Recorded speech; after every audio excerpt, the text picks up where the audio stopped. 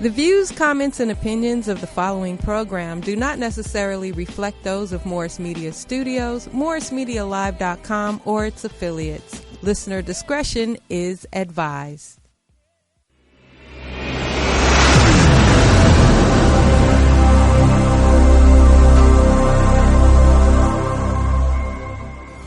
Cali Sportsman, WDC is now on your radio. Coming live from the Bay, yeah, that way. They talk sports all day, LA. Dropping knowledge, high school, college, trying to score play by play. NFL, NBA, NHL, that's right, you name it. They gon' bring it to you live. Talking sports and entertainment. From the famous and the, you name it. Cover all sports from the football.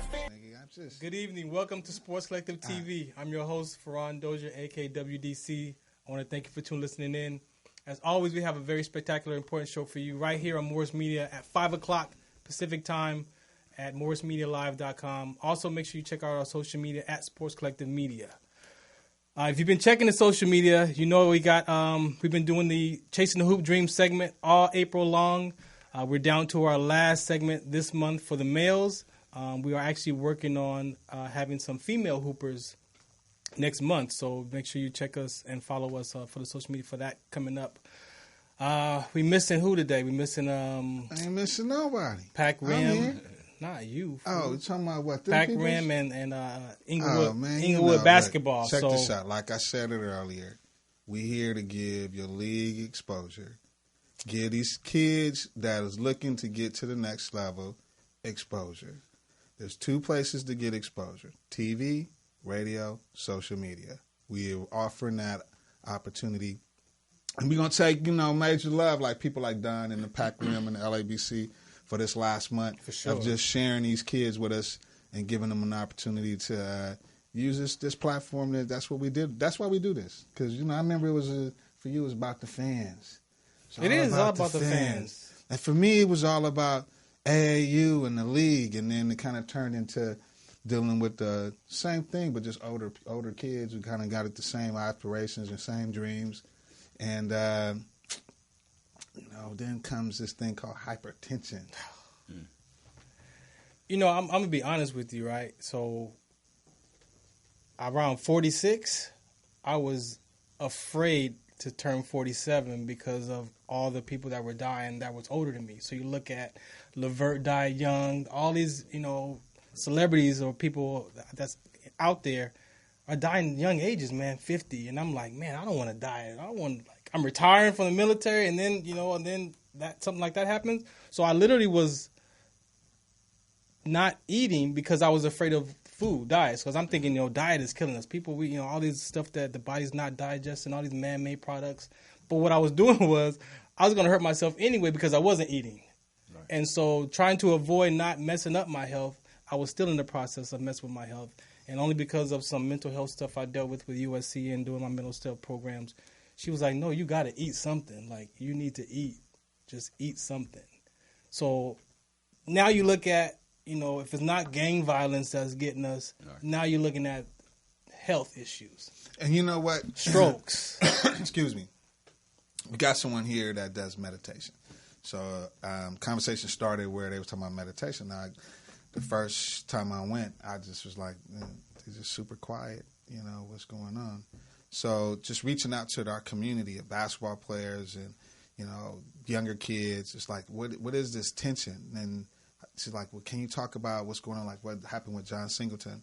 And I was like, it got to be something deeper, because I had tension personally like a week ago. Went on vacation, I come back thinking I need a massage.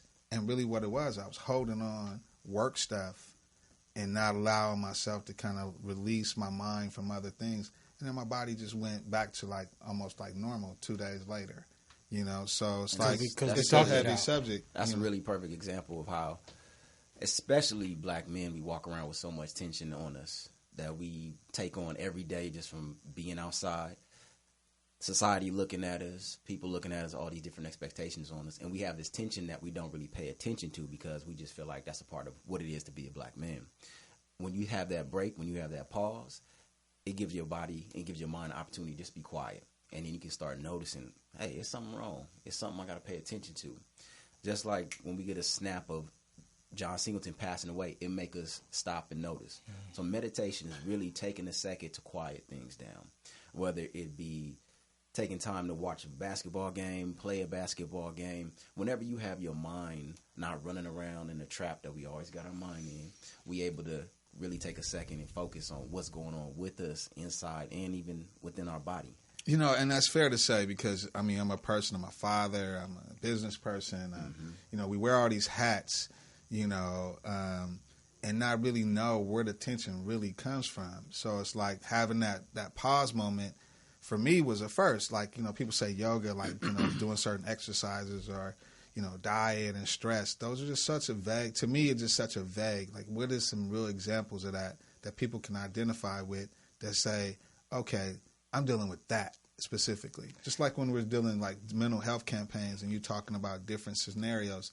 But let's go there, right? And I deal with this in the veteran topic because when people say veteran, it's like a label. We labeling everything, right? So you say mental health, that's become a label. Mm-hmm. You got to get into what that person is dealing with. So your subconscious mind, you're talking about worrying about stuff. You got all this stuff that if you look at what stress is not always a negative. Sometimes stress means it's growth. It's like you need to take your life to the next level, but whatever you afraid of, you're not dealing with, you internalize that, and then stress will release all them negative chemicals in your body, kills off your immune system, cancer cells start to develop. I mean, there's so much. Plus, then you got the diet, and you're not eating properly. So stress, mental health is life. It's life. It's what we deal with. The biggest part is how we deal with it. Some people deal with it by sitting up and drinking, smoking. Some people deal with it by taking a gun and shooting other people. Some people deal with it by eating a whole bunch of food. When we talk about mental health, we're talking about people who are not able to deal with their stress and deal with the trauma and the drama that life is going to come with. When we're talking about, especially our kids, we always want to prepare them to deal with the stress in a way that we weren't prepared to. The word mental health is big, and the word trauma is also big now. Everybody in this world has experienced some trauma. Definitely. That means something happened to you to leave some kind of mental or emotional scars on you. So telling people who you are, man. You've been sitting there speaking. So I thought I was going to introduce. Go ahead. James, a.k.a. That Yoga Dude Woods with Feel Free to Feel Free. We are a health and wellness organization. We provide mental health, mindfulness, and meditation skills, especially working with youth and communities of color. We want to make mental health, we want to make taking care of yourself, self-care, as normal as playing basketball. We really here to change the mindset of what it means to take care of yourself mentally, physically, and spiritually. Man, that nigga had an Obama speech. Nice. So that's why we don't, hold on, but that's why we don't, you know, let you introduce yourself. That's a nice little commercial. Cut that. We'll make that happen for you. You know what I'm saying? No, but catch him. We're going to be live again on my Trench Talk show at 6:30. So me and James going to have another serious, more in-depth conversation about this subject. And I definitely, that was a long paragraph. It's like, you know, he covered all angles. You know he got something else. And I just, as you said, you're a father, you're a businessman, you're in the community, you're doing all these things. A lot of times we have so many labels on us that piled on us where it's hard for us just to take a break, to check in with ourselves. So for me, meditation helps me to stop in and okay, let me put being a father to the side, being a husband, putting this all to the side. Let me just be with me. Now let's talk about the semantics of this meditation. So is it... Because you got to be somewhere. I was somewhere hella quiet, but I drove hella far when I was way out to Malibu. So what is some good pointers in meditation? So meditation is really being able to be aware and present of yourself and what's going on within you right now. So you can meditate in sitting in traffic. You can meditate in the gym. You can meditate in the basketball game. So you really got to take your mind to a whole nother mental state. Versus being in this quiet, because I'm trying to understand. The only way I knew about meditation, you just be somewhere that's super quiet. And that's the perception of it that we see, which is one type of meditation. But you don't have to be a player from the Himalayas and sit in a mountain with your legs crossed, meditating with the bowls and everything. You don't have to do that. When you see athletes, when you see especially basketball players on that free throw line, you got the thousands and millions of screaming fans, and they dribble that ball and take that breath. That's a meditation right there. Because their mind becomes focused on one thing. But when our mind is constantly focused, I got this bill, I got to do this for this kid, I got to do this for that, the traffic behind me, our mind is all over the place. So when we're able to bring our mind to one place and breathe and sit with whatever's going on, That's a form of meditation.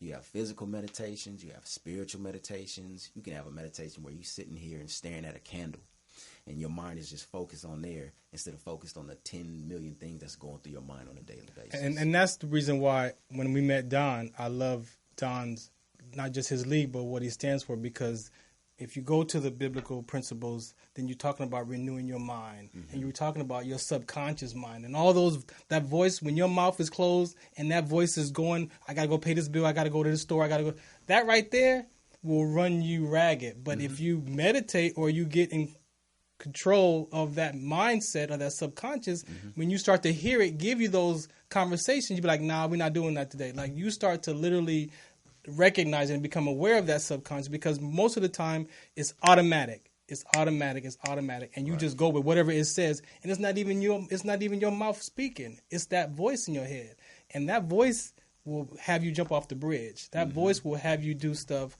that you ain't even really understanding what that is, because you think it's you, and it's not you. It's all that negative stuff you've downloaded, all those traumas he talks about you download, all the worrying gets downloaded in your heart. Spiritual, right? Don, your spirit, your heart is your inner. I get it. But we as humans, is that serious though? We as humans carry a big load. Like you always say, everything comes back from your childhood. So, if your childhood was disruptive, and we know in the last 2 to 3 generations, everybody had some form of trauma or childhood disruption. Yeah. You know what I'm saying? But it's because it's not that it's the trauma, it's what we make it mean, and what we make it mean about ourselves. But communicating outward, we got to kind of fixate it into examples so people can understand what that really means. Like, really grasp on real, true scenarios. You know what I'm saying? That are, it's just like anything. Like, we're talking about awareness, right? So with awareness, it's no pill I can provide you because you got a headache, because there's a case study. So now we are part of the origin of the case study is like getting people to open up to talk about these subjects, talk about their diet, or talk about. That's another level. Again, if you've dealt with somebody. So what level do we start at? And I'll give you an example. You see what I'm kind of getting at, though? I work with kids. It's a kid named, I'm not going to give you a name. It's Bill. A kid, Bill, little Billy. It's always little Billy. Little Billy, he coming to class every day, tearing stuff up, pulling on the girl's hair, running around. The teacher can't tell him nothing. So we come in there and we learn little Billy is a foster kid. Mom's on drugs, never knew his daddy, been from foster home to foster home. We can count that as trauma. We can count that as having traumatic events in his life. Right. So we sit down with little Billy, and the first thing he say is, talking about meditation, where am I going to do that at? The TV is loud when I get home. It's crazy in my neighborhood on the way home. When I get there, somebody yelling at me. At school, somebody yelling at me. He don't have no opportunity to stop and rest. They trying to pump me full of medication. They trying to do all these things to me. So what we do with little Billy is we sit him down and we get him familiar just with being able to breathe and take a breath and calm down. Because he got so many people on him all day, he don't even get the chance to take a breath. So by the end of our little meditation class and relaxation class, he knocked out sleep. Because he gets to rest and his mind gets to take a break from all the other noise that goes around telling him you a bad kid, your mother's on drugs, you this, you that. So when he gets a chance to relax his mind and sit down and breathe, he starts to listen to his own self. Like, you know what, I am really smart. I'm resilient. I'm strong. I'm able to go through all this still. So when we're talking about meditation, especially for people who are aware of their traumas and still going through it, we're talking about providing them with some tools so they can see what they got within them to get through. And that's all I'm getting at. Like, we got to be able to provide the necessary tools and just not give them fancy words. Because for, most of us, especially African-American community, fancy words just what they are, fancy words. We identify with actual scenarios that could say, okay, or be influencers that know somebody else that they may know is dealing with certain actual scenarios. So you say fancy words. Right. And I call it that when we talk, we describe life more than we say what's so. So I could tell you I'm struggling, but my struggle might not be what you're struggling, but because you know what struggle is for you. But if I told you I got financial issues, then we could talk finances. But if I just say I'm struggling or I got circumstances and I never say what they are, you can never get any help. Right. And those are those fancy words that we use to describe life, but we don't actually say what's going on because we might be embarrassed, we might be judged because I don't want to tell nobody my business. You got all those layers of society has created, and nobody wants to talk to nobody. I'm not going to tell you none of my stuff. And I definitely get you on the language because it's important. And the perception of anything that has to do with health and wellness is going to be a white lady in some yoga pants on the beach doing something. And a lot of us can't connect with that. And when you're talking about talking to a therapist, oh, I ain't crazy. Nothing wrong with me. I'm good. So yeah, we definitely got some stereotypes. And that's why I think as having a voice here at Morris Media Studios, through Sports Collective Media, this is a really, really, really serious subject. And we have to deal with people at the levels they are at. Or to be able to not take them to the next level, but start them somewhere. You got to meet, like Don would tell you, you got to meet people where they are, and you got to be able to listen to the person, and then with your knowledge and insight, kind of give them some guidance. Based if they want the guidance, we got to first even ask if you want any kind of assistance with that conversation. So we got to do a little moment of silence for John Singleton. We can do that for a second. Yeah. All right.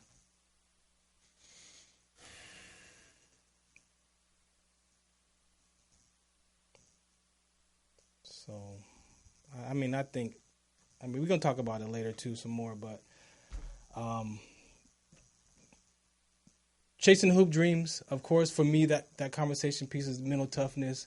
We definitely want to hear the backstories about these athletes who are looking at, like I said, chasing the hoop dream, whatever that is for them, if it's playing professional overseas or just playing in the rec leagues or building relationships, whatever that is for them.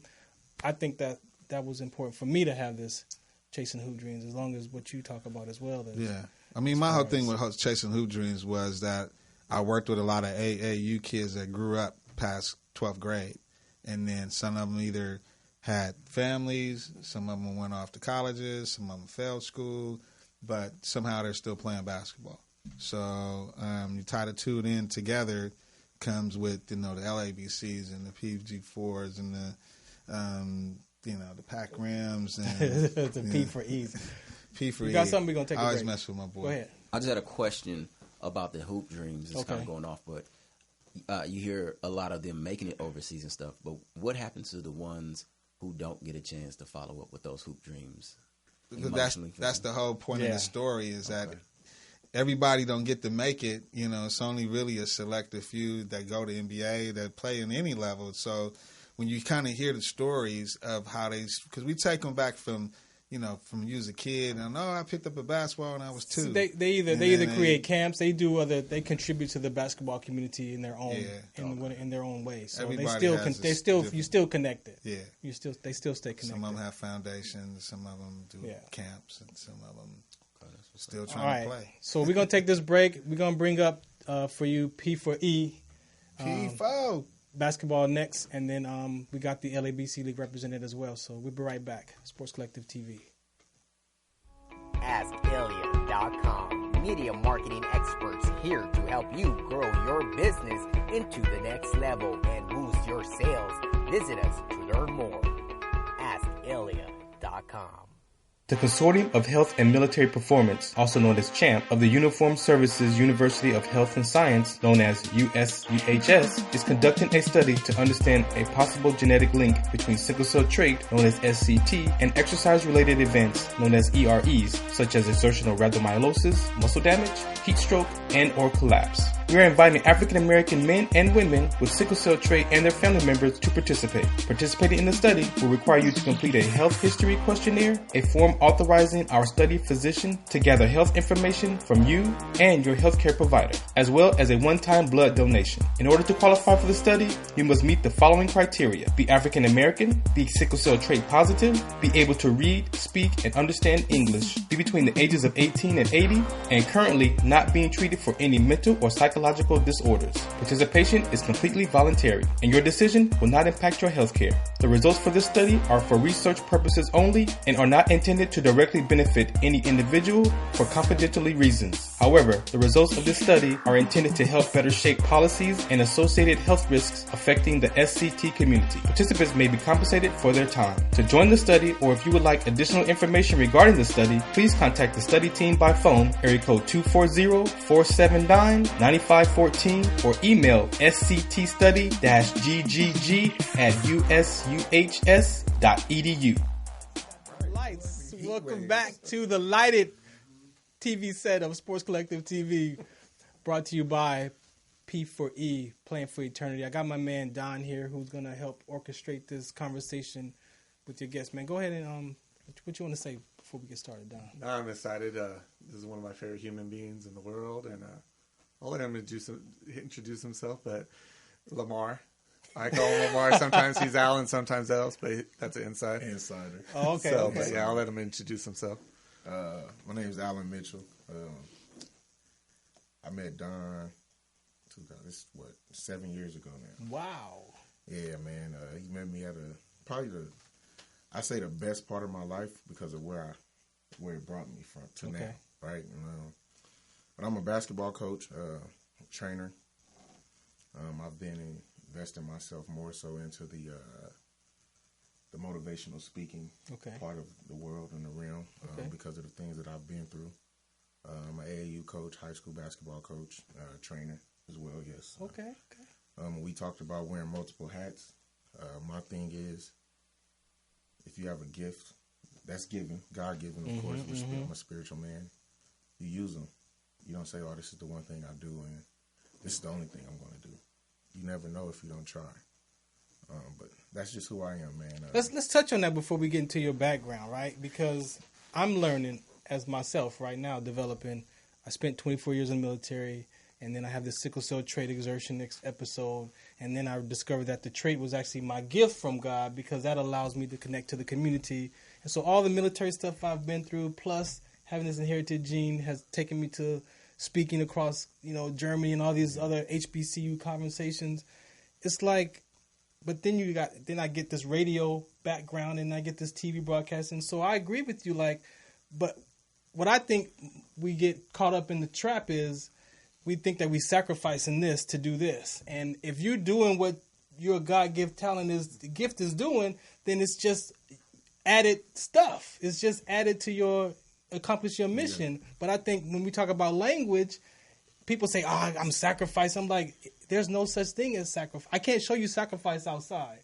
But what you're doing is, if you're making way to accomplish your mission, then you're not giving up doing this to go do this. Exactly. It all goes together. So I like how you said that, and I can relate to you when you pointed that out. I was able to solidify that standpoint. I was listening to a segment on T.D. Jakes one time, and the question was, how are you able to do so much and keep your home happy? He's married, right? And he said, well, because my wife. Simple as that. What do you mean? Well, she's the one that told me I should write a book. She's the one that told me I should make a show. She's the one that told me, while you do those things, don't stop preaching. So it's like, he sat back and he's like, wow. Once you get that support, you can do whatever you need to do. Exactly. And that's just how it is for me, man. And you guys are sitting there talking about hoop dreams. I used to be that hoop dream. You know what I mean? Yeah, we're gonna get there. Don't give it away yet. Don't give it away. All right, so give me some background. Where'd you grow up at? Compton, California. Compton, California, from Central and Rosecrans all the way to Imperial. We know what that's like. What the media tells us portrays it to be. What was it like for you back then? The media always they put out the negativity, man. But for me, I on my own street to other streets. Believe it or not, it was like paradise sometimes. Being able to wake up early in the morning, I'm going to ride my bike all the way from here to there. About to hop on the back of this ice cream truck, you know what I mean, with my friends from the same ice cream truck I bought snacks and stuff from. And but it's about growth. It's about growth, man. It provides strength. And yeah, yes, you do go through some things. You definitely do, right? And some of the things that they put out on the cameras, and it's real. Believe it or not, it's real. But that's what everybody just wants to believe. Right. When I was going through all the basketball things and the camps and all that, and you sitting in there with people from Kansas, Chicago, wherever else. Where you from, man? Oh, I'm from Cali. Where we're at? Compton. Dang, you know Dr. Dre? No, they really. First it's thing like they want to know. blood, like da-da-da. I'm like, it is, man. But they also take on that trait as California people are soft. You know what I mean? Because they see it on another aspect where it's just the sunshine, the beaches. Bruh, y'all, they have no idea what we go through. Do people understand that there's, unfortunately, youth in Compton that have never been to Venice Beach, that never gets out of those blocks? They don't know that. Yeah. They don't know that we have a lot of people around us that don't see. I had friends that didn't see 14, 16, 18, 21. Those. So for me, because I had those experiences, every time I reached those ages, those are my milestones. Not 21, not 25, not 30. Like my milestone, it changes with whatever you go through in life. You know what I mean? And me joining the P4E League, that was a milestone in my life. It brought me from the slums. Yeah. Seriously. And I didn't know I was in that part of my life, you know what I mean? But when you do something as men, which we're afraid of doing, which is opening up, and you go out into that that confidential mutuality world, which most men are afraid to open up about because they fear from those things. You what I like to call is you open up blessings. It's closed mouths block blessings. So if you keep your mouth closed, you won't be able to help anybody else. Nobody will be able to help you. Just to go off what you said in your last segment. Right. But so where did this whole basketball love come from? Man, I'm the youngest of five, man. I'm the youngest of five, and my two older brothers and all my other relatives, they hooped, played football, they did all of that. But my oldest brother, he was the first one to play, of course. And I remember being 3 years old in the backyard, and I would sit on the porch, and I had this little basketball about this big, and my dad would have him doing drills through the chair for an hour. Don't shoot. So I'd be sitting on there, just right on the side, double dribbling. And so for me, it started there. Then yes, like everybody else that love the game, I want to go to the NBA. I want to go to this college and da-da-da-da. What I started to learn now is the ball's going to get flat. Not literally, but it's going to stop bouncing for you as a player one day. For me, it happened early. I was close to my dream, about to go overseas. Last 5 minutes of my last workout, snapped my whole knee. Bam. So it put me into depression. Because it's like, man, I done came from all of this. I done seen people killed. I done da-da-da-da. And my dream was right here, and this happened. Put me in a state of depression. How'd you deal with that? 30 for 30 ESPN, Marcus Dupree. The story that, what was it? The story that never was or something like that. Yeah. I tore my knee, man. The same time Baron Davis did his. D. Rose, Iman Shumpert. And 2 months after that, I think Adrian Peterson did his, all in the same time. And they were all back on their feet before me. It took me 3 weeks to have my surgery because my knee was so bad, swelling. And I just remember just being able to, I needed help to get to the bathroom. You know what I mean? But sometimes, what I started learning also, man, is pain is our greatest teacher. Because if everything's too good, y'all know how we gonna get. If we got a lot of money, we gonna spend it on. Oh, don't trip, I got you. I got it, right? But I had to sit there, man, and really just think about everything I had been through. So you're sitting here with your knee, right? And now you're looking back at from the childhood 3-year-old to the high school episodes to now the opportunity to chase your hoop dream, to become that hoop dream. You deal with the mental toughness. What got you out of that? Accepting. A little bit out of that, I guess. Accepting it. It's the first thing you got to do is accept it. I left college early to go. I wouldn't say it was a mistake, but it was what was needed for me to get to where I am today. My friends, My best friend went to school in Alabama. He went to Tuskegee. And he came home, man, and his first stop after the airport was to me.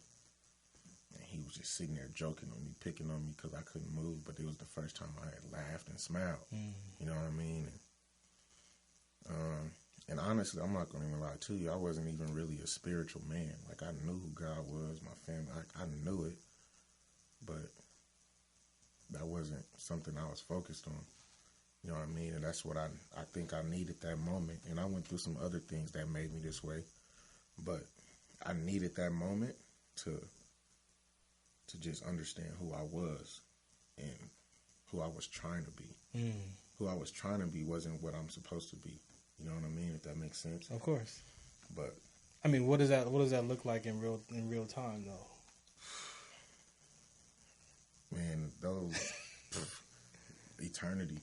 For real, because they told me I wasn't gonna be able to walk because my knee was so bad once they went in. So I'm like, dude, you telling me I can't walk? You just told me I can't play, right? You already took that away. So now you telling me like I might not be able to walk?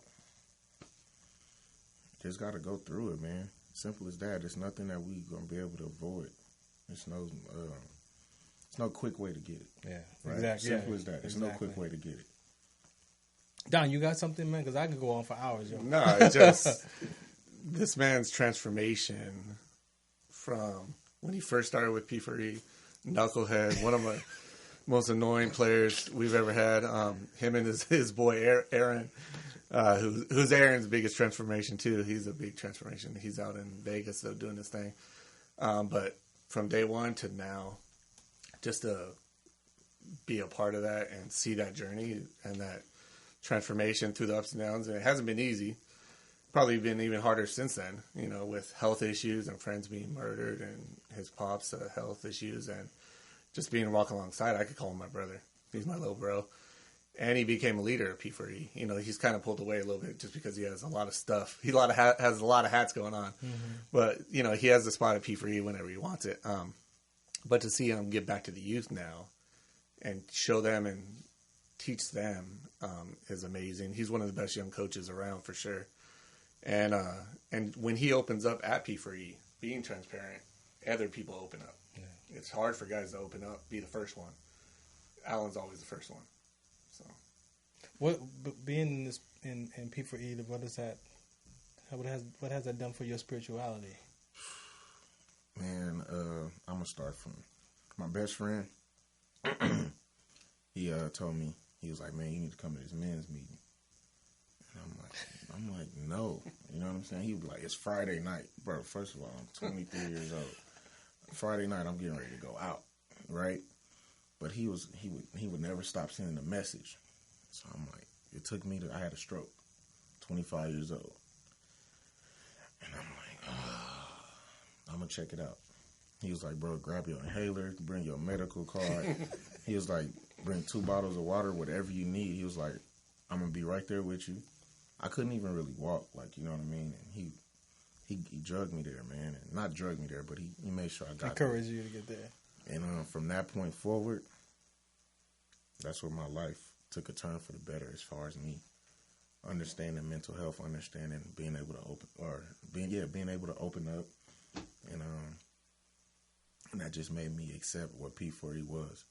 Believe it or not, I got suspended for. I got put on. He suspended me, dude. pretty much. No, seriously though. Him and his boy. But it was needed. Yeah. And because I was coming into his ministry league and something that he really cared about, and I was only coming in there as a competitor.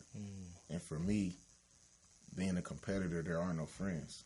And I look at the NBA game today and these handshakes with opponents, and not like, I'm not talking about a regular cordial handshake. I'm talking about like, oh, we put time in. Right. No, it's battle. It's war. You know what I mean? But once I took that out of me, I still have the competitive fight. You need that. You don't lose that, whether you're a spiritual person or not. Because you're going to go into things, you're going to face things in the world where you're going to need to fight. You're going to need to battle. You know what I mean? But once I accepted that, and I started understanding that you need people, just like they need you, right? You have to just open up. So the first time I think I opened up was when I accepted the fact that I had PTSD. I went to therapy. I was diagnosed with that, and I had suicidal problems. I think I've had that. I went through that episode about 5 times. And just being able to open up around other people, and then you see them look at you. They may judge, they may not, but they just, one thing they're going to say is, and it's only that one person that matters, when they be like, man, I didn't know you went through that. Then it's going to be another person that's going to be like, yo, bro, like one of my friends did it, or I went through that. And now that's encouragement. That's gas in the tank to just keep going. Yeah. So I started doing that more and more and opening up, and then I started enjoying it. That was mandatory for me. Seriously, it was mandatory for me to be there on Mondays, like, and especially when I wasn't working because I was sick. Like, this is what I'm doing. Whether I'm gonna be able to play or not, 10 minutes, 5 minutes, the whole game. Then he was like, "You want to play on Tuesday?" Yes, I want to play on Tuesday. I'll be there on Tuesday. And then even when I wasn't able to like play, I would still show up. He started explaining to me. He was like, "Man," he was like, "You're powerful, right?" And these people, these guys around you, they look up to it, right? Because you relate to them more than he really probably could. Just being in the same cities or playing in the same gym, same team, whatever. And for me, man, that league it's like a staple in my life for my turnaround. Seriously. Cool deal. Now, before I let you get out of here, when you hear the term chasing the hoop dreams, what does that mean to you? Man, to me, even though I'm not playing as far as trying to be a professional or anything anymore, I'm still chasing my hoop dream as a coach, as a trainer. Because I can look back at that 10-year-old, that 13-year-old, that 14-year-old, even my guys now in high school, 16, 17, 18. Use the game. Now, I just figured something out the other day, even though it's been the whole time. They charge about $3,000 now to play AAU basketball, right? College, depending on what college you go to, maybe $96,000, $100,000, $50,000. Turn it into a profit. That $3,000 you about to use, flip it over into $87,000. And that coach that wants you or needs you to keep his job, use the game of basketball. What do you want to be? You want to be a doctor? Go to a Division III school. What you want to do? You want to be an engineer and you love hooping? Come on, dude. You're getting ready to do something. You're going to be able to do something that you love to do, which is hoop, right? Or that you like to do, I'm sorry. But you love being behind a telescope, or you love holding that needle, and that's your dream. Get both of them, huh? That's your dream. Knock them both out. Simple as that. So just use the game the same way it's going to use you. Yeah. Same way you got to sacrifice your body to run all these miles and through all the physicality. Just remember that you are the most important thing, not the basketball. Yeah. That's the real dream for me. That's why I can still, like, I'll still step out on the court and I'm still passionate about it. But at the same time, I've come to accept that this is just, I've done what I was supposed to do as far as a player. Yeah. You know what I mean? And I've reached more people as a coach and a trainer than I ever did playing. Cool, man. I think this is, your story's great, man. And I definitely can relate to you. And we use this because, you know, military athletes, we all have that kind of same mentality, that mental toughness, that brotherhood, those relationships. And this is something that you still want to continue. I still miss the military to this day. And I've been retired 6 years. And I have not accepted it completely. But, man, thank you for your time, man. We're going to let you go. I got another guest. But before we get to the next guest, we're going to bring up Double R. We're going to do some quick highlights from this past week in sports. And then we got our guest, Romeo, from representing the LABC League. So be right back. This segment was sponsored by P4E. Visit playingforeternity.com for more info and listen to their Selective Games live broadcast on Sports Collective Radio.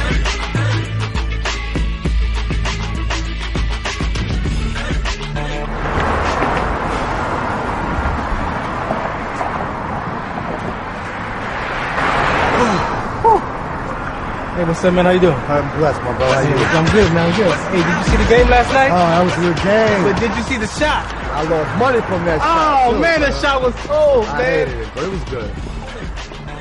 Damn. What's in those jeans? You really want to know? I do. Exhaustion, muscle spasms, asthmatic issues, unexpected sickle cell trait crises. Damn, are you serious? When I was young, I found out I had sickle cell trait. My mom's told me, but I ain't have no knowledge of it. But when I got older, I had a child, and the doctor told me my daughter has sickle cell trait.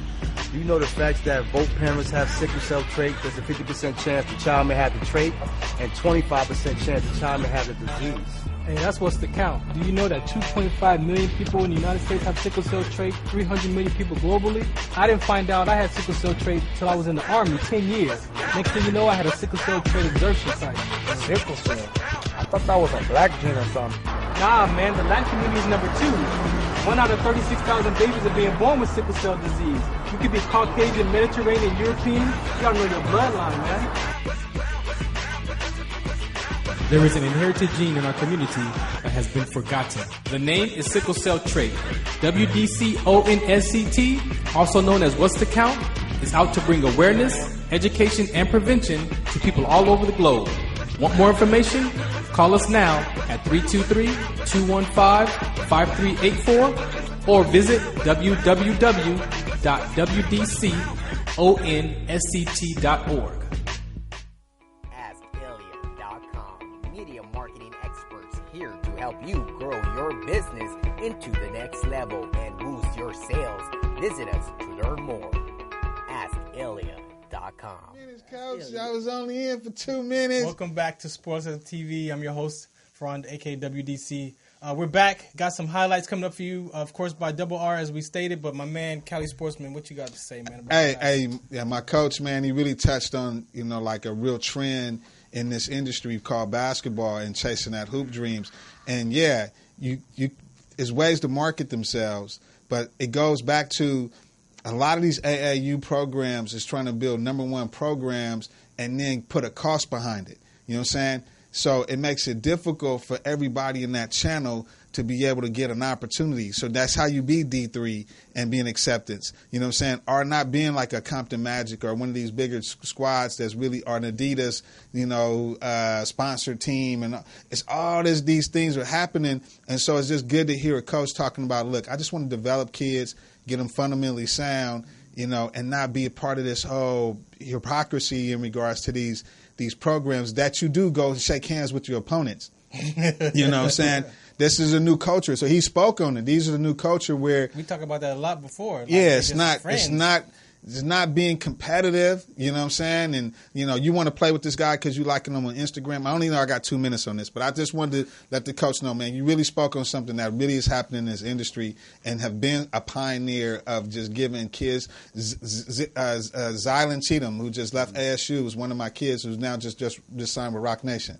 So he goes back to the peanut butter and jelly sandwiches and trips to Vegas, and we all we all in this extended stay, and we ain't there to go swimming, and and they got the struggle, you know what I'm saying? But me as a coach, that's what I was giving them. Like, man, we here to play basketball. We not if you want to come out here and visit with your family and go look at all the sites, we just here to get in these gyms and win. Yeah. You know what I'm saying? And being a team that we basically learned a system as a team where we had the team the sandwiches, and we had all that stuff where we wasn't really one of those expensive type of. You could get $25 per kid and do a 3-4 day trip to Vegas or somewhere and just put them in a bus and a couple of cars. Yeah, cool. But anyway, thanks for that. I had to do that. But shout outs to Arizona, all you AAU teams that want to get some exposure. Our coach just spoke on it. Get some fundamentals. Holla at me, AskElia.com, baby. All right, so check it out. All right, Coach. So we got the highlights right here by my man Double R, man. What you got for us, man? You ready? Yeah, it's been a crazy week this week. Good mixture. First thing, we got Canelo taking on Jacobs this weekend, Cinco de Mayo weekend at the T-Mobile Arena. If you have the DAZN cable company, that's what it's going to be on. Mm-hmm. They're actually having a special event at Angel Stadium, or if you have the DAZN company, you can bring your bill and get into and watch the event for free. So that's pretty cool. We also got some other fights that are going on. This time, Tito Ortiz is returning from retirement, and he has signed action with Combat Americas. So that's going to be pretty sick. I know that's what I said, right? What? That's going to be pretty sick. You know what else is pretty sick? Is Shohei Ohtani is supposed to come back any day now, and the Angel fans are going nuts right now, and the Asian community in general in Anaheim is going pretty crazy. It's actually Shohei's sweater night tomorrow night at Angel Stadium. You thinking about sweaters? Fingers crossed that maybe he comes. I mean, that big crowd, you never know. Sweaters? Yeah, it's going to be a Rookie of the Year sweater. It's going to be cool. Okay. And here's another dude who knows a little something about being a kick-ass rookie, Albert Pujols.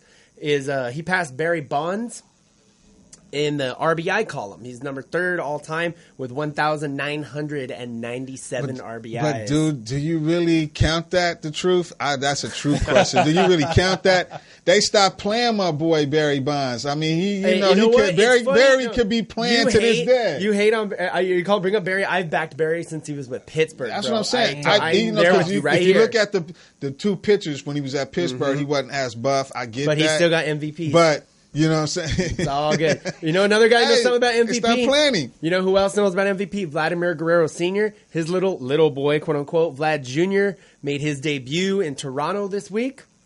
And he actually got his very first hit on his second at bat, which is pretty cool. He got a standing ovation. The cool thing is he plays for the Toronto Blue Jays. His dad played for the Montreal Expos. So Canada is all up on this, and they're loving it. And they're loyal. They're loyal. They're loyal. And you know what they're not loving though in Canada? What they're not. They ain't got no hockey team in the playoffs right now. They gone. They out. It's true. You got the Stars are 1-1 on the Blues. The Avalanche, surprising Avalanche, are 1-1 on the Sharks. The Blue Jackets, surprising Blue Jackets, are 1-1 on the Bruins. And these guys right here, the Carolina Hurricanes, are 2 wins away from going to the Eastern Finals. And they took out the champs. I'm just saying. NBA playoffs. Let's hit the hardwood. All right. I know. The Celtics surprised the Bucks. The Bucks this season, I don't know. When you said surprised them, do you think they should put all their money in one guy? You know, the Greek. Remember the Greek? No, I honestly... Should he get MVP, the Greek? That's a great question because I think the Celtics have a lot more talent than this people give them credit for. This is first time only given to a second time. This is first time getting past the second round. So, Boston Celtics. Yeah, I agree. And then you got Raptors 1-0, the Blazers and the Nuggets going at it, and the Warriors Rockets. We'll talk about the Rockets later. Kyler Murray. Let's get into Kyler Murray. Kyler Murray was drafted number 1 to the Arizona Cardinals. Much not to the chagrin of one Josh Rosen out of UCLA. I'm just saying. He's really, really mad. I don't really like Josh Rosen. I'm sorry. So Josh Rosen was all wah crybaby about it. And then a couple picks later got traded to Miami. So you want to talk your smack? Enjoy Southern Florida. I'm just saying. My question is, Kyler Murray got picked first in the MLB draft and the NFL draft. So my whole point is that he wasn't going to start or probably not even play at the Cardinals anyway. So going to Miami was a good look for him. No, I agree. That's good for him. Miami but the fact that he cried stock. And got sent away is what's funny. All right. So we'll discuss. You can catch all this on our social media page at Sports Collective Media. My man, Double R, man, thank you for coming in, man. Yes, sir. That's what we need, man. We need the statisticians out here. All right. So we're going to take this quick break, and we got the LABC League representative coming up right next. So 30 seconds, please. Don't go nowhere. We'll be right back. Whoa. AskElliot.com. Media marketing experts here to help you grow your business into the next level and boost your sales. Visit us to learn more. AskElliot.com. All right, we're back. Welcome back to Sports Collective TV. My man, Cali Sportsman, my man, Double R for the highlights. Make sure you check him out. I got him tagged in all our social media, giving out the highlights for you right here on Sports Collective TV. All right, we got our last interview brought to you by the LABC League. Shouts out to Americus, man. This is one of the original basketball leagues in the community. And we got our guest here, Romeo. How you doing, man? Doing good. How about yourself? Man, everything's cool, man. So you've been sitting here listening, man, to the conversation, so you kind of know where we're going to go with this topic. Introduce yourself, and we'll get started. I'm Romeo, born and raised between Watson and Compton. Oh, okay. So you know that in that kind of environment. I know, like we said, the media portrays one thing. What was that environment like for you? It wasn't easy, though, 'cause I grew up in a project. I lived in every project in Watts. They're from Watson to Compton, because I was a foster child. Oh, wow. So I was, like, back and forth with my family, moving from house to house. So you was Billy. Yeah. He was That's Billy. when he was saying, I'm like, wow, that sounds... Yeah, he was Billy. He was Billy. Yeah. So it been like that till I graduated from high school. So I was like, I got picked on because I was a foster child. They used to come check on me. But I knew a lot of people. I was very popular, but a lot of people some people just didn't like me because of my name. And how I portrayed myself and how I dressed and stuff too. So it's like I had a little bit of everything on me. Yeah, and of course we as we get older, we look back at as youth. We're rough on each other, man. Especially when they like you and they treat you crazy, but they like you at the same time. It's like you don't realize that was the capping damage that we days. do. Boy, you get capped on, you had to learn how to cap back. I ain't gonna lie, man. It wasn't easy living out there. Like it was hard. You had to at my age, because all my family mostly was game bangers or game affiliated, so it wasn't easy. Yeah. Anyhow I go in, it was like either I got love because of my family, or it's like, oh, you can't be here. Yeah. So it's like you all gotta look over your shoulder, you gotta keep your eyes, ears to the ground. It was like it wasn't easy living out there though. I just know everybody out there, so I get love from my city though. So that was a good thing. Where did this whole basketball love come from? When did that start? Came from my brothers.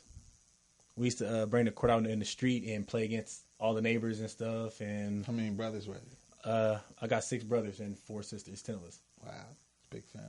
Yeah. So is that as a foster family? It was 10 of you guys, or my real family? So you actually reconnected with your real family? No, because like I was in and out. Like I was with my family for a while. I got taken away. Then my sister got custody of me, and then I went back. My other sister got custody. Because mom was in jail most of my life, and my dad too. Okay, there we go. Okay. So I was like, it was back and forth. Like Lil's, like you know how it goes. Like if you at school and they think somebody beat you or something happened to you, they blame the parents. And that's when I got taken away the first time, and then I went back, and then went to my sister's for a little bit, and then some neighbors called and said some stuff that she was doing. They took us away again. It was like I was in and out. I was in my whole life in and out the foster home. But I ain't gonna. It didn't change me. I think it kind of made me stronger, made me a better person. But my passion was basketball. I played every sport, but it's just something about basketball. Cause like I was competition with my brothers. Mm-hmm. They all like, you whack, you can't do this. Every day we in there playing late nights, trying to get it going. And then I ain't gonna lie, I left it alone. Turned to the streets for a little bit. Mm-hmm. It went like that. I ain't gonna lie. I needed money. Like when you're in school, you want to be popular, you got to have the money. Yeah, right. So I slide away from basketball for a little bit in sports. So I just started playing ball till about my 10th grade year. The coach came up to me, and I was going to Washington High School. Okay. On the west side. I got kicked out of the schools on my side, so I had to go over here. And Coach Johnson, I looked at him as a father figure. It wasn't for him, I probably never played basketball in my life again. Yeah. What did he say? Did he saw some talent in you? What did he see? He came to me, was like, how tall are you, son? I'm like 6 feet. He was like, come to practice today. I want you to be there. And he told me that. I was like, JV. I was like, so what was the grades like? I mean, to be honest with you, I was a 4.0 student. I'm just saying, I know you might have some issues, but that. I still. Some people have great academic skills. I still was a 4.0 student. I had straight A's. Just because I'm from the streets, I didn't let that change my grades. I'm not gonna lie to you. That's a good story. I did my homework in school. I never homework. I did it at school. Okay. I did do. That's one thing I did do right for myself. That would have been more harassment. Yeah. With the book bag and all that. You probably would have stole your pants. I ain't gonna lie, to cheat the system. Like, if I'm in my first period class, we got homework, I'm doing it while she's talking about the lecture. So by the time I finish my homework, I'm already doing my classwork. That's how I did it in school. Wow. And I went to night classes. I went to summer school. I did all that. And I actually graduated a year earlier than I was supposed to. Wow.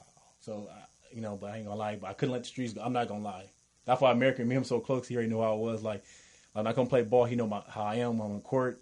We friends on the court. We not friends at all. That's how I don't care who I know you. You can talk to me after the game or maybe before, but on the court, I don't like you no more. So you walk on JV. Are you playing JV right away, or I started JV, and from there it just went on. Then I graduated. I played varsity 2 years, and then from there I got a scholarship to Southern Texas University, and then I tore my ACL riding motorcycles and stuff, trying to show out and stuff. And then it hurts, so I was like, I took a year off playing ball, just recovering and to hit the streets. I'm not gonna lie. Hold on, go. Let's go back. Let's go back before you hit the streets. Yeah. No, popping his collar, man. He hitting the streets. No, that's not because. So a lot of times, gotta stay paid. A lot of times the youth don't understand the process of going from high school basketball to college. So what was that scholarship opportunity for you? What was that like for you?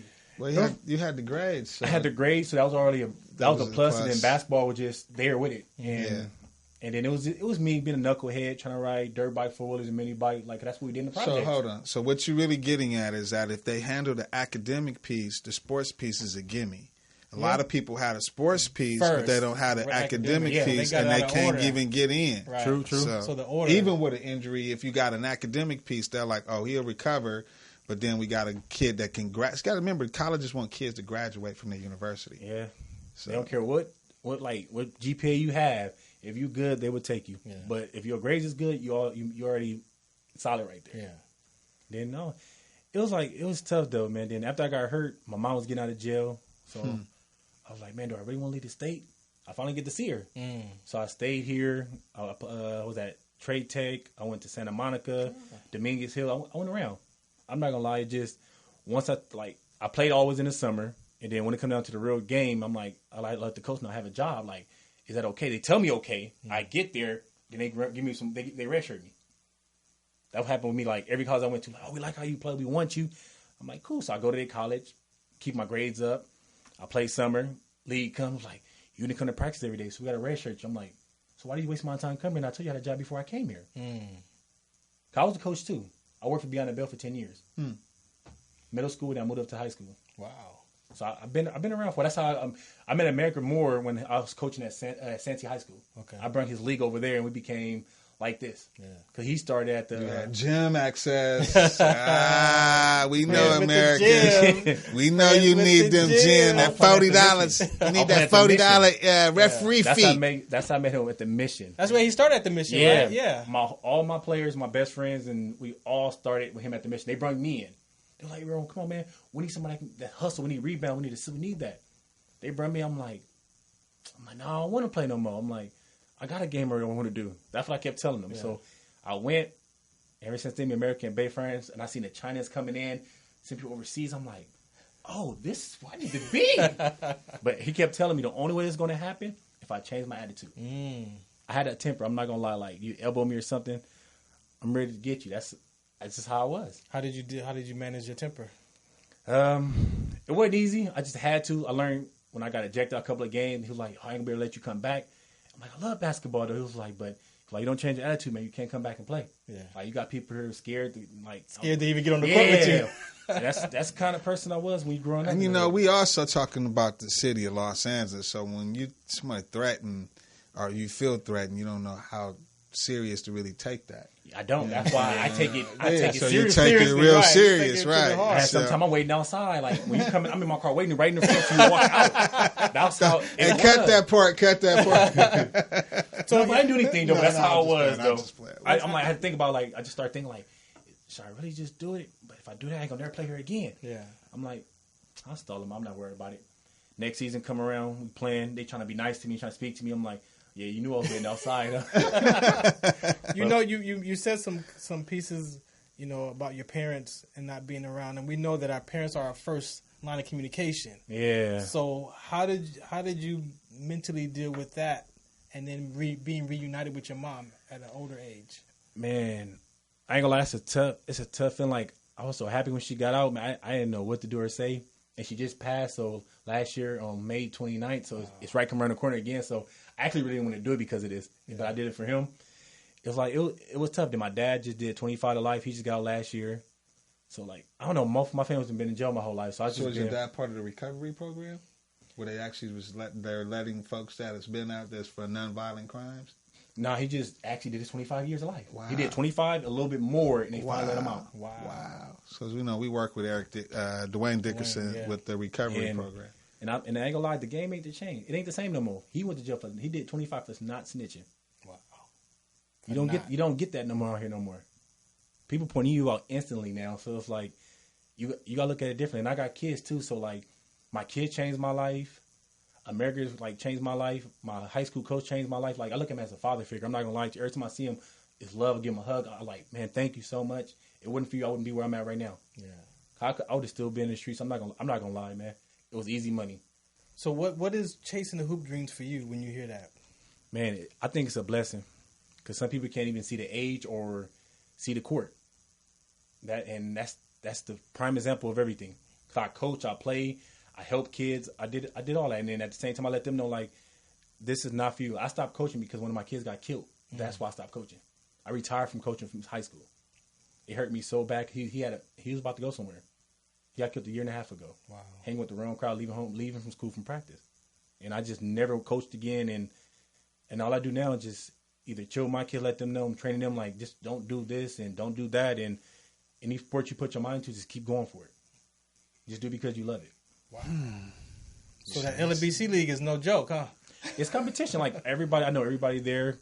I don't get along with some people, but at the same time, I'm still cool with them. I still speak. I acknowledge them. But even if they did anything to me, I'm still cool with everybody. It's your competitive edge. You know, you just want to win. And people wear – one thing about basketball, the other piece is it's an emotional game, man. People wear their emotions with that sport, you know. They take it to heart. Because you want to get your points. Basically, you want to score. You want to be about something because that's one league that are the leagues where you basically – it's about – you and whoever guarding you, you know, at every play, you know. So, you know, and then if you playing this team versus this team, I mean, every level of it is extremely competitive. And, you know, the Americans have done a really good job of just getting a bunch of great talent out there. So what's next for you before we let you go? What's next? I played in the P4E League, so I had a game tonight. They just called me. So I still get calls to play, but I don't play like 7 days a week no more.